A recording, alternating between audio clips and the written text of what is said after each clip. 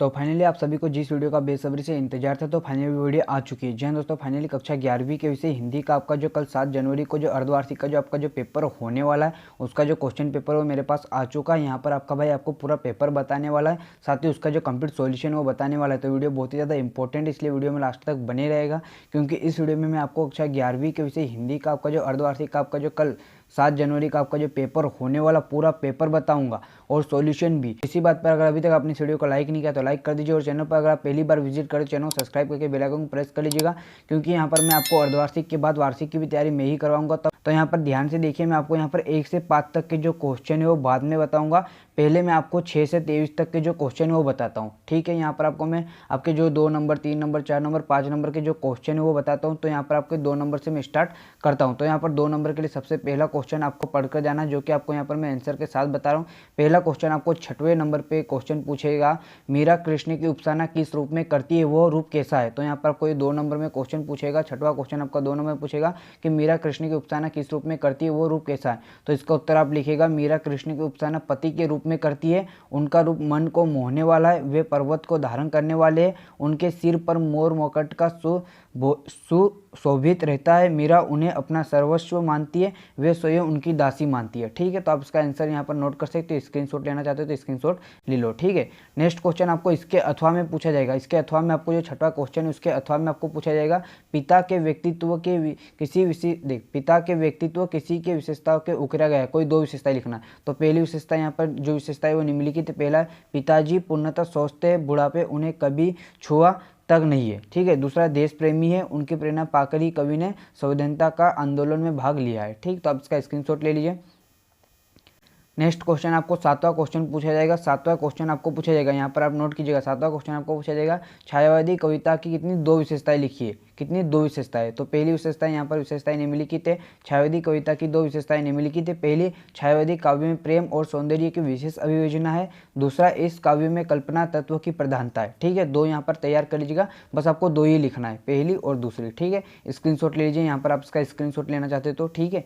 फिर इसके अथवा में 7वें के क्वेश्चन में आपको पूछा जाएगा, 7वें के अथवा में पूछा जाएगा, क्या पूछा जाएगा, प्रयोगवादी कविता की विशेषताएं लिखिए। कितनी, इसकी भी 2 विशेषताएं लिखने को पूछेगा आपको। तो इसकी जो विशेषताएं निम्नलिखित है, पहली, इस काव्य का दृष्टिकोण अति यथार्थवादी है। दूसरा है, इस काव्य में कुंठा, निराशा और विद्रोह का स्वर्मुखर है, ठीक है। नोट कर लो, इसका स्क्रीनशॉट लेना चाहते हो स्क्रीनशॉट इसका भी ले लो, ठीक है। नेक्स्ट क्वेश्चन आपको 8वां क्वेश्चन पूछेगा। 8वां क्वेश्चन आपको पूछेगा, नमक का दारोगा कहानी का कौन सा पात्र आपको सर्वाधिक प्रभावित करता है और क्यों।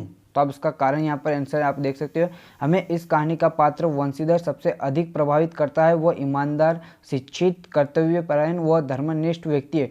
उनके पिता ने उसे बेईमानी का पाठ पढ़ाया, घर की दयनीय दशा का हवाला दिया है, परंतु इनके सबके विपरीत उसने ईमानदारी का व्यवहार किया। वह स्वाभिमानी था, अदालत में उसके खिलाफ गलत फैसला लिया गया, परंतु उसने स्वाभिमान नहीं खोया, उसकी नौकरी छीन ली गई। कहानी के अंत में उसे अपनी ईमानदारी का फल अवश्य मिला।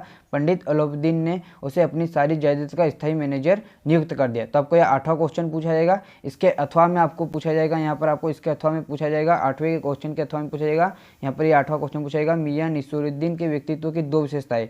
तो यहाँ पर आप देख सकते हो, मियां नसीरुद्दीन के व्यक्तित्व की 2 विशेषताएं, वे बड़े ही बातूनी और अपने मुंह मियाँ मिट्टू बनने वाले बुजुर्ग थे। उनका व्यक्तित्व बड़ा ही साधारण सा था। वे बड़े मसीहाई अंदाज में रोटी पकाते थे। उनके स्वभाव में रुखाई अधिक और स्नेह कम था। वे सीख और तालीम के शिष्य विषय में स्पष्ट थे, ठीक है, स्पष्ट थे, ठीक है। तो आप इसका स्क्रीनशॉट ले लीजिए।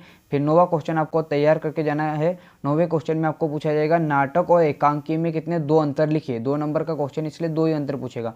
तो पहला, नाटक का कथानक बड़ा होता है, ठीक है, या आप यह लिखिएगा, नाटक बड़ा होता है, एकांकी का कथानक छोटा होता है। मतलब नाटक बड़ा होता है, एकांकी छोटा होता है। नाटक में अनेक अंक होते हैं, एकांकी में 1 अंक होता है, ठीक है। अब इसका यहाँ पर अंतर लिख सकते हो, ठीक है। इसके अथवा में आपको यहाँ पर 9वें क्वेश्चन के अथवा में पूछेगा, कहानी और उपन्यास में अंतर लिखिए। यहाँ पर आपको 9वें क्वेश्चन में पूछेगा, कहानी और उपन्यास में अंतर लिखिए। तो आप लिखिएगा, कहानी की कथानक संक्षिप्त होती है, किंतु उपन्यास का कथानक विस्तृत होता है। इसलिए यहाँ पर जो कहानी वो छोटी होती है और उपन्यास बड़ा होता है, ठीक है। और अंतर बताऊँ, यहाँ पर आप कहानी में लिख सकते हो पात्रों की संख्या कम होती है, उपन्यास में पात्रों की संख्या अधिक है। ठीक है, आप यहाँ पर नोट कर लीजिए 2 अंतर। और अगर आप इसका स्क्रीनशॉट नहीं लेना चाहते हो तो आप इसका पीडीएफ डाउनलोड कर सकते हो। पीडीएफ डाउनलोड करने के लिए आपको टेलीग्राम चैनल ज्वाइन करना होगा, और टेलीग्राम चैनल को ज्वाइन जरूर कीजिएगा दोस्तों, क्योंकि टेलीग्राम चैनल ज्वाइन करना बहुत ही जरूरी है। यहाँ पर आप सभी को पता है कि आपके जो पेपर डिस्ट्रिक्ट लेवल पर हो रहे हैं, इसलिए टेलीग्राम चैनल को ज्वाइन जरूर कर लीजिएगा। तो ये पार्ट 1 वीडियो है जिसमें मैंने आपको आपके 6 से 9 तक के जो क्वेश्चन है वो बता दिए, तो फटाफट आप इन्हें तैयार कर लीजिए। अब पार्ट 2 वीडियो आएगी, उसमें मैं आपको लगभग आपके जो बाकी के जो 23 तक के जो क्वेश्चन है वो पूरे बता दूंगा। फिर पार्ट आपकी जो 3 वीडियो आएगी इसमें ऑब्जेक्टिव क्वेश्चन बता दूंगा। इस प्रकार आपकी जो हिंदी का जो पेपर वो पूरी तरह से कवर हो जाएगा। तो अगर आपको इसका जो पीडीएफ वो टेलीग्राम चैनल जाकर डाउनलोड कर लीजिएगा। और इसके अलावा अगर कुछ डाउट या क्वेश्चन है तो आप इंस्टाग्राम पर आकर मैसेज कर सकते हो। इंस्टाग्राम की लिंक आपको डिस्क्रिप्शन में मिल जाएगी और टेलीग्राम चैनल की लिंक भी डिस्क्रिप्शन में मिल जाएगी। तो पार्ट 2 देखने के लिए चैनल को सब्सक्राइब कर लीजिए और बेल आइकन को प्रेस कर लीजिए। और पार्ट 2 आपको कब चाहिए कमेंट कीजिएगा। तो अभी के लिए इतना ही, मिलते वीडियो में, जय हिंद।